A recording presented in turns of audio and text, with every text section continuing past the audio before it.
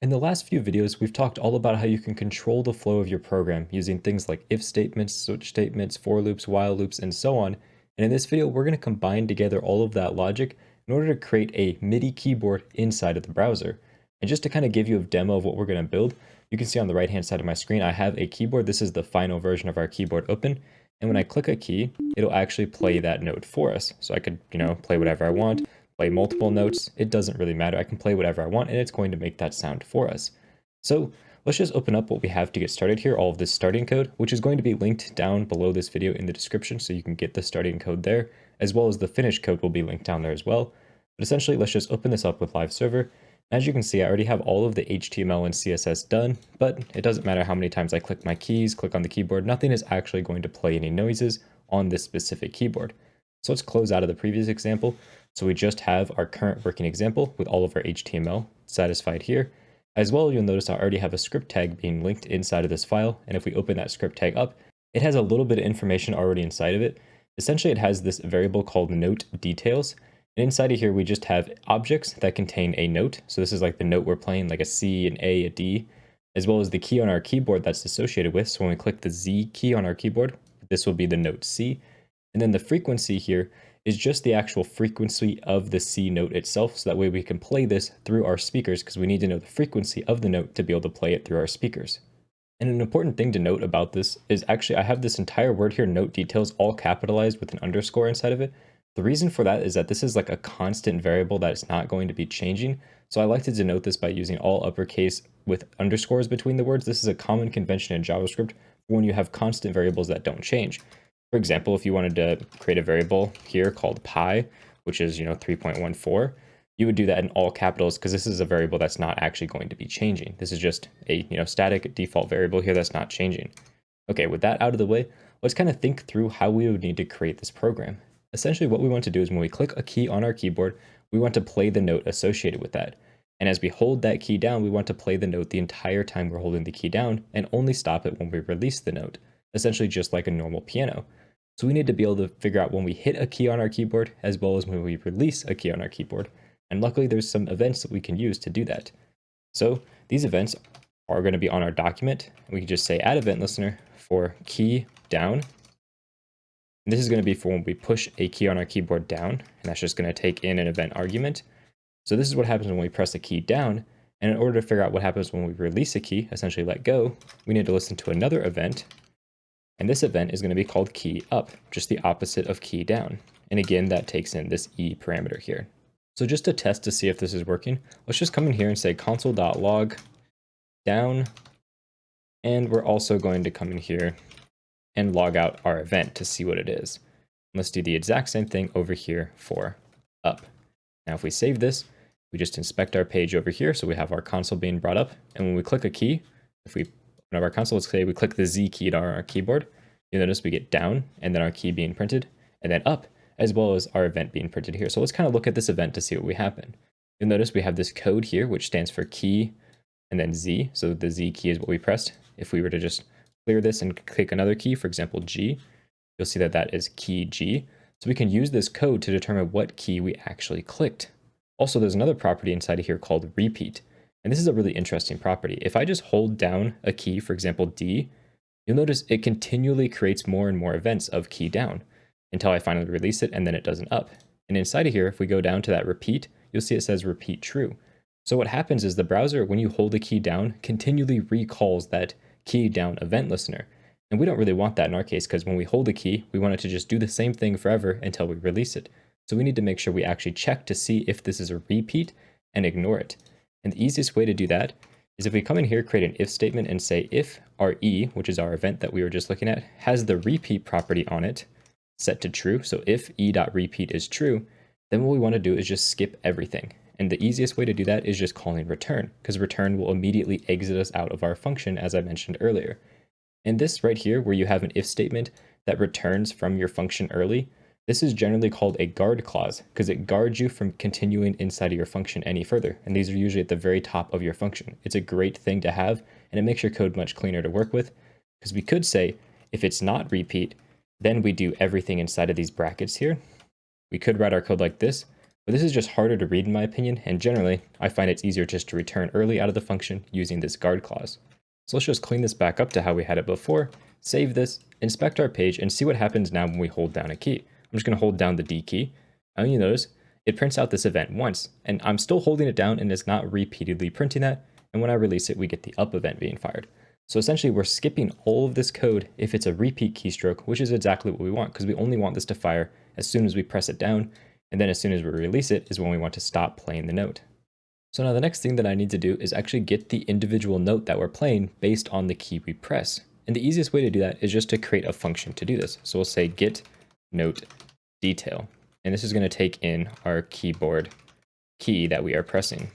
And if you remember correctly, if we just inspect this again, look at our console, you'll see that this keyboard key here has a code, which is key, all capital key, and then the letter of the actual note that we want to play, D in our case, which is what we're storing up here inside of this array of notes.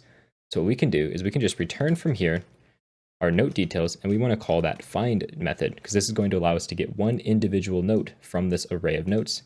So for each one of our note details, which we're just in our case going to call n and make it a little bit easier to work with, what we want to do is we want to take key, which we have as that beginning of our note, and we want to just append the n.key to the end of this, and that n.key is just the individual note we're checking for. So we're just creating a new string which has key at the beginning and then the actual note we're checking for. And we want to see if this is equal to our keyboard key. And if this is true, then it's going to return that note. Otherwise, we're going to get undefined being returned, saying that we didn't actually press a note that we know what to do with. So now here, instead of printing out down and all of this, let's just console.log out a note. So we're going to say note detail. And we're going to create a variable that has this. So we'll say const note detail is going to be equal to get note detail, and we need to get that key code. So in order to get this key code, let's create another variable called key code. This is just e.keycode, just like that. And let's just make this capital so it matches everything else. There we go. So we're getting the key code from our e, which we looked at earlier, which is called like key d, key h, and so on. We're passing that into this function, comparing it to the keys in our notes, trying to find the one that has the correct key, and then we're returning that here. So we should get a note detail down here if we press a key that's inside of this list. So let's save, inspect our page, go over to the console, and I'm going to press the Z key, which is inside of the list. When I press Z, you'll notice, of course, I get undefined, so clearly something's not working. If I take a look inside of here, you'll notice the reason this is not working is because code is what we're actually needing instead of key code, because key code is an integer down here, 90. We actually want this code here. So instead of saying e.keycode, we just want to get code, just like this. And we can actually rename this to keyboard key. Let's just copy this over here as well. Now we can save, inspect our page, and hopefully this should work. Let's go to the console, we'll click Z, and you'll notice we see this note being printed out has the frequency, the key of Z, and the note C. So that works just fine. What happens if we press a key that's not in this list? For example, we press 0. You'll notice we get undefined being returned because it can't find anything in this list that has the key of 0, because there is no key 0 inside of this list. So now we essentially are going to get back a note if there is one that exists, otherwise we're going to get back undefined. So instead here, what we can do is we can create a simple check that says if our note detail is equal to null, then we just want to return another premature exit from our function, because if we don't have any note detail, we obviously don't want to continue. But if we do have a note detail, we need to mark it saying that this is now an active key that's being played. So we can just say note detail dot active equals true. This is adding the property active to our note here and setting it equal to true to say that this is an actively being played key. And then what we can do is we can call a function called play notes, which is going to do all of the logic from actually making the sound come out of our computer. For now, inside of this play notes, we're just going to not do anything yet. We're just going to say console.log play notes. There we go. So now if we just inspect over here, go to our console and click a note that exists, it'll say play notes. And if we click something such as 0 that doesn't, you'll notice it doesn't actually print out play notes because it's exiting right here prematurely and not actually getting to this code, which is exactly what we want. Now, before we actually get to the point where we're going to start playing notes, we first need to hook up our key up to make sure that we don't actually continually play a note, because when we release the key, we want the note to stop. If we don't implement this, then every time we press a key, the note's just going to play forever and never stop. So here we can do actually a very similar thing to what we did up here. We can get our keyboard key and our note detail. So let's just copy this down. just like this. We're getting our key and our note detail. And then we can check to see if that note detail exists, just like this, and exit early if it doesn't. Then all we need to do, copy this down again, is we need to take our active, and instead of setting it to true, we set it to false, and then we call play notes because we want to re-update our notes that are being played, because now this note is no longer being played. This function essentially just sets everything up and makes the noise based on all of our active notes. So now that we have our notes being started and stopped, the next thing to do is move on to this play notes. And something that we have inside of our styles here, if we just go down, we have this active class we can apply to our different keys when we play them, which will actually color these classes or color these keys so that we know that they're being played.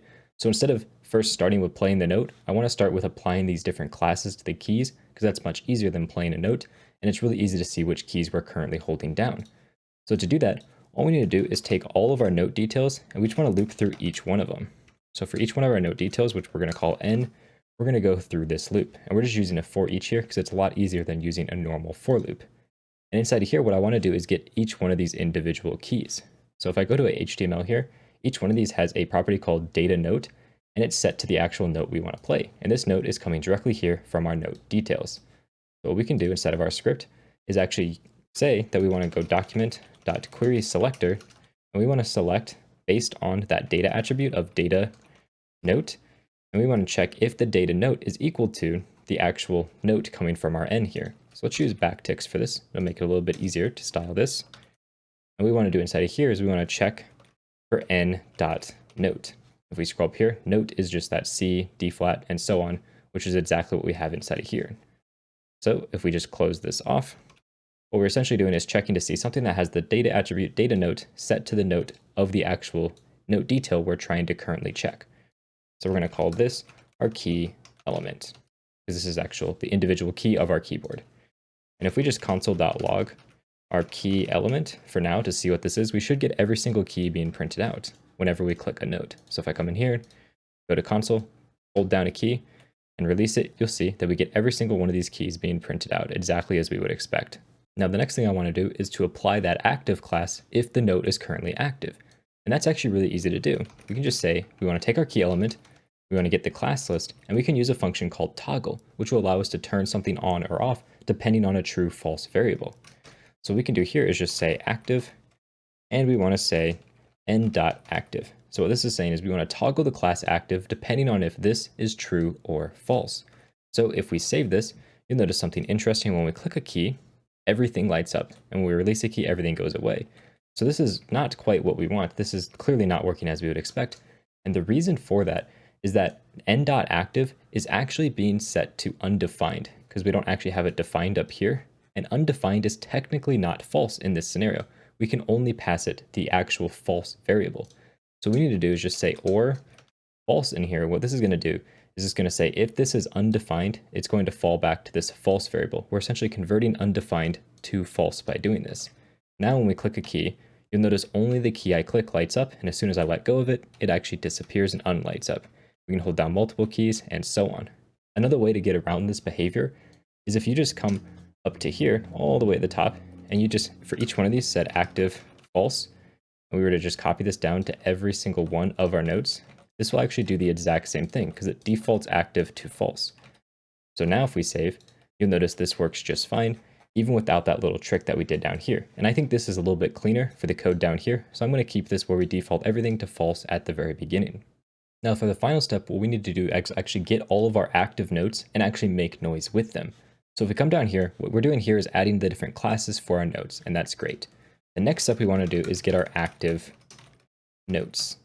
And to do this, we can just say we want to come into note details. We want to filter this to only get certain properties. So if we're going to go through all of our notes, we want to get the ones that are active. So if active is true, they'll be returned as one of these active notes here. So this is just getting us the list of notes that have active set to true. Then the next thing that we can do is just loop through all these. So we can say active notes dot for each one of these notes. All we want to do is start playing the note. So we're going to call a function called start note, which we're going to create, and we're going to pass it in the actual note that we're trying to play here, which is n in our case. Now let's just come down here and say function start note, and that's going to take in our note detail. Now this is where we actually get into some of the more audio specific information inside of this tutorial. So if not all of this makes complete sense, that's okay. I just hope that you understand the actual logic that goes into it, and I'm going to try to explain this the best that I can. So to get started with playing audio inside of the browser, the first thing you need is something called an audio context. So we're going to come up here, create an audio context, and set it equal to new audio context, just like that. Now the next thing that we need to do is actually come down here instead of our start note, and we need to create something called an oscillator, which is going to allow us to play a noise at a specific frequency, which if we know correctly, our note detail has the frequency of each note that we need to play. So inside of here, we can do is create something called an oscillator. And to do that, we can just say audio context dot create oscillator. And there we go. This is giving us a brand new oscillator. And all we need to do is hook up this oscillator with all of the details from our note. So we can say our oscillator.frequency is going to be the frequency for our individual note. So we can come in here and say frequency, just like that. Also, we need to tell our oscillator how it needs to behave. So we need to tell it the type is going to be sine waves. This really doesn't matter, but depending on what you choose here, for example, if you chose sine or sawtooth, this is going to give you different sounding noises. In our case, we're just going to use sine. It'll give us a pretty good sounding noise in my opinion. Now the next thing that we need to do is come into here and actually connect our oscillator to our audio context. So we can say oscillator.connect. We need to connect it to our audio context.destination. This is essentially our speakers. We're connecting this oscillator and telling it to play through our speakers. Then what we can do is tell our oscillator to start playing by just calling the start function. This is going to start up our oscillator and make it create noises. And this is great, but right now we have no way to stop this oscillator because this oscillator variable is only available inside this start node function based on scoping. It's only available right here. So we need some way to be able to save this and actually stop playing this note every single time that we do something else. So what we need to do in order to do that is to save a reference to this oscillator on our note detail. So we can just say note detail dot oscillator is equal to this oscillator. Now we've taken this locally scoped variable, saved it to this global variable here, so we have access to it everywhere. And that means that up here when we play our notes, we can actually stop playing the notes that are no longer making noise. So in order to do that inside of this play notes function here, what I want to do is I just want to check if our note detail has an oscillator. So we can just say oscillator is not equal to null.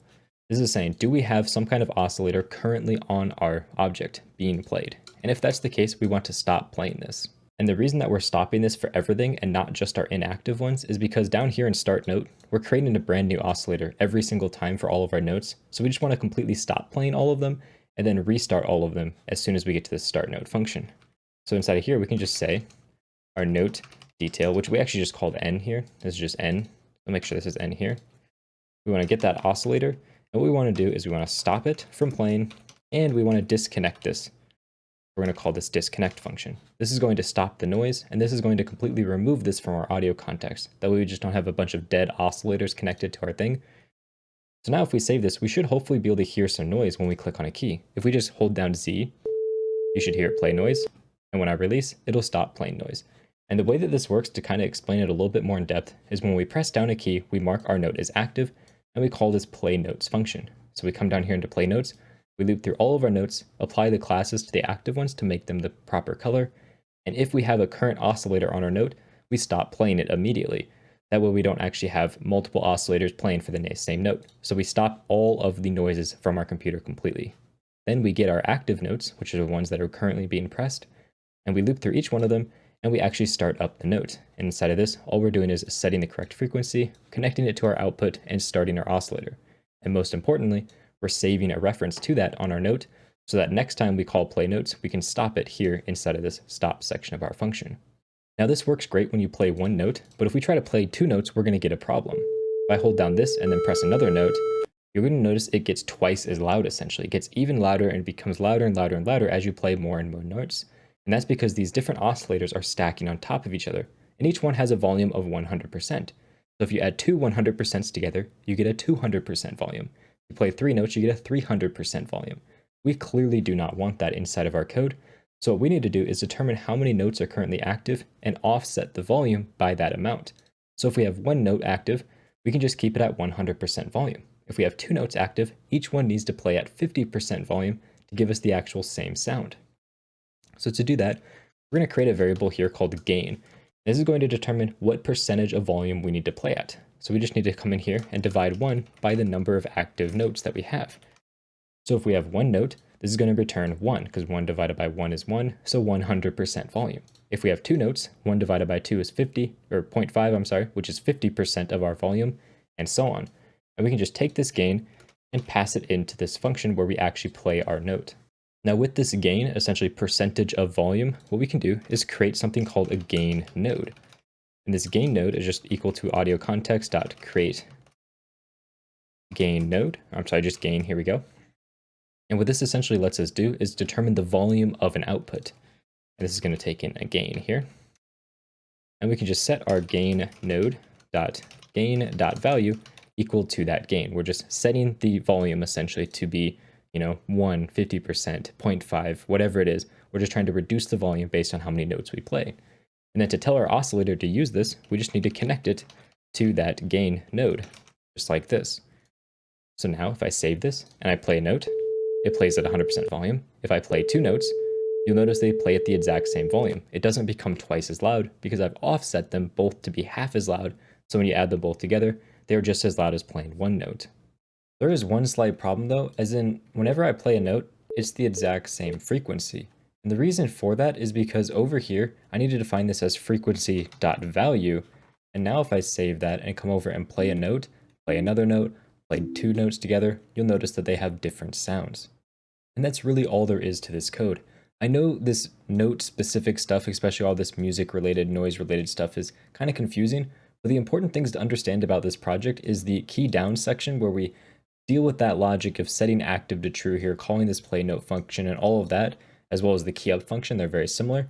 And most importantly, how we use this global object everywhere throughout the code, because we're actually referencing this global object everywhere. We're changing it here, we're changing it here, we're coming down here and we're actually using that global object to play noises through our computer, as well as down here. We're saving the oscillator to and from, we're checking that active value to and from. So it's really important to realize just how important this global object is and how much we use it throughout all of our code. Those are the most important takeaways from this video. But otherwise, that's all it takes to create this MIDI piano.